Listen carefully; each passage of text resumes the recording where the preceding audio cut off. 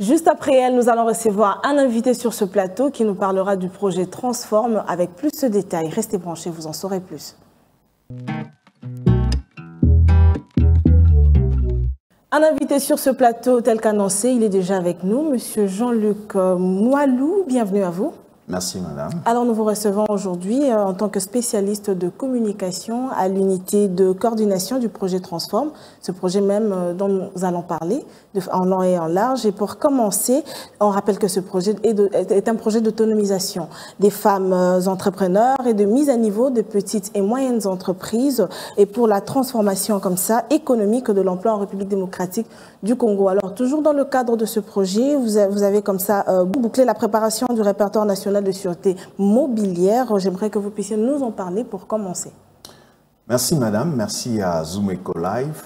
En fait, le répertoire national de sûreté mobilière, c'est une innovation que le gouvernement est en train de mettre en place pour faciliter l'accès au financement pour les entrepreneurs gagne petit qui souvent n'ont pas des garanties immobilières ou foncières importantes à présenter au niveau des banques et des institutions financières. Okay. En fait, c'est un instrument qui va réunir dans une plateforme l'ensemble des registres mobiliers qui existent, ou les registres des sûretés mobilières qui existent au niveau sectoriel, que ce soit au niveau du ministère des Transports, au niveau de la DGI, au niveau même du RCCM et des services sectoriels. Donc tout ça est en train d'être intégré et l'information sera rendue publique et accessible pour tous les opérateurs du secteur financier, de sorte que lorsque une petite entreprise ou une moyenne entreprise veut solliciter un crédit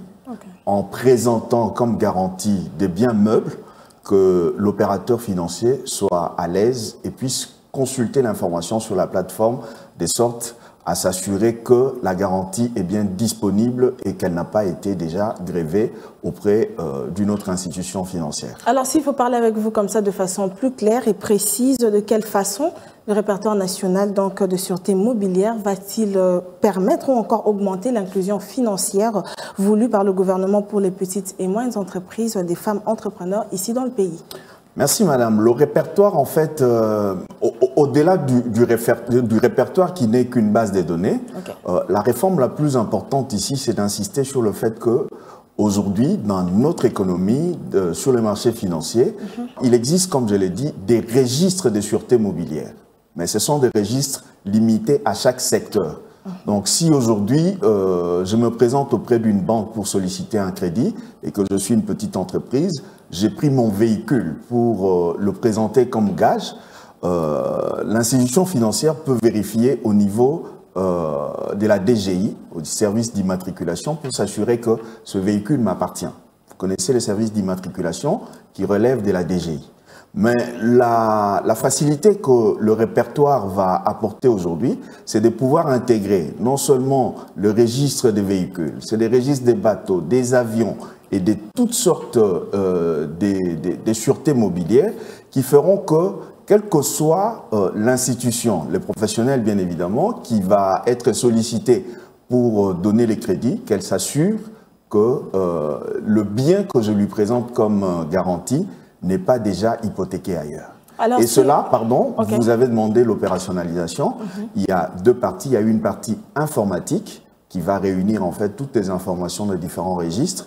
Et puis, il y a bien entendu le texte réglementaire. Ici, nous parlons d'un décret qui va être signé par le Premier ministre pour opérationnaliser ce registre en intégrant, ou plutôt les répertoires en intégrant les différents registres mobiliers qui existent. Alors, vous entendre parler, on sait sentir et voir la touche particulière de ce projet. Et quelle est donc la nécessité aujourd'hui précisément dans le pays, comme la République démocratique du Congo, de se doter justement d'un répertoire de sûreté? Ici, depuis 2016, le gouvernement congolais ou la République s'est doté d'une stratégie nationale de développement des PME pour introduire davantage les petites et moyennes entreprises dans l'animation de l'économie. De cette stratégie nationale, nous avons un programme national de développement de l'entrepreneuriat au Congo et à côté, nous avons plusieurs instruments qui prennent en compte l'ensemble des problématiques que rencontrent comme contraintes les pratiquants des affaires au niveau des PME, c'est-à-dire la problématique du financement, la problématique de la formation ou de la capacitation en termes des savoirs entreprendre, la problématique de l'accès au marché, la problématique également de l'environnement des affaires en général. Okay. Donc, cette activité vient s'insérer dans l'ensemble de cette vision. J'ai parlé de la vision du chef de l'État. Il l'a encore appelé le 20 janvier lors de l'investiture pour le second mandat. Il place l'entrepreneuriat au cœur de sa politique économique, la promotion de l'entrepreneuriat. Voilà pourquoi cette réforme vient faciliter l'accès au financement en simplifiant en fait la présentation des sûretés pour rassurer bien évidemment les banques et les institutions de microcrédit. Alors je ne vais pas vous retenir plus longtemps, on va finir déjà avec cette petite parenthèse, le projet Transform. Où en sommes-nous actuellement et à quoi s'attendre au-delà de tout ce dont vous avez évoqué? Voilà, le projet Transform a été lancé officiellement. Ces activités ont été lancées le 6 mars 2023 à partir de la ville de Mbuji-Mayi et depuis lors, nous sommes très avancés. Vous savez que ce projet intervient sur 3 axes majeurs. Il y a l'axe d'intervention en faveur des PME, il y a l'axe d'intervention en faveur du marché financier et il y a l'axe d'intervention en faveur du renforcement de l'écosystème entrepreneurial. Sur l'axe qui concerne l'intervention auprès des PME et des entrepreneurs, nous sommes actuellement en pleine activité de sensibilisation, identification et enregistrement des femmes micro-entrepreneurs. Okay. C'est une activité qui a été lancée par le ministre de l'Entrepreneuriat depuis le 15 février dernier et qui va se poursuivre jusqu'au 15 mai dans les 7 villes du projet Transform. Okay. Sur le plan de l'inclusion financière et de l'amélioration de l'accès au financement, il y a eu déjà un certain nombre de réformes que le projet soutient, que ce soit au niveau de la Banque centrale, au niveau de la CNRF, pour améliorer l'image du pays auprès des institutions financières internationales.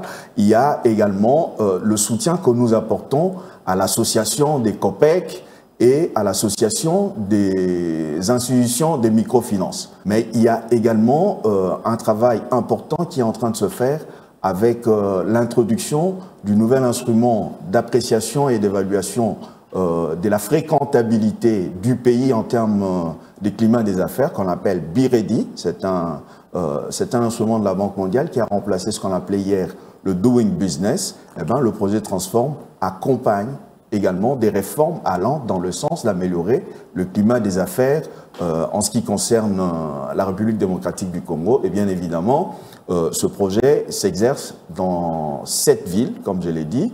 Il y a dans le pôle ouest Kinshasa-Matadi, le pôle centre Mbuji-Mayi et Kananga et le pôle est Bukavu, Goma et Bunia. Merci à vous, Monsieur Jean-Luc Mwalou. Je vous reçois aujourd'hui. Je le rappelle que vous êtes spécialiste en communication de l'unité de coordination du projet Transform. Merci encore d'avoir accepté notre invitation. Merci beaucoup, madame. Merci à Zoom Eco Live et à tous vos téléspectateurs.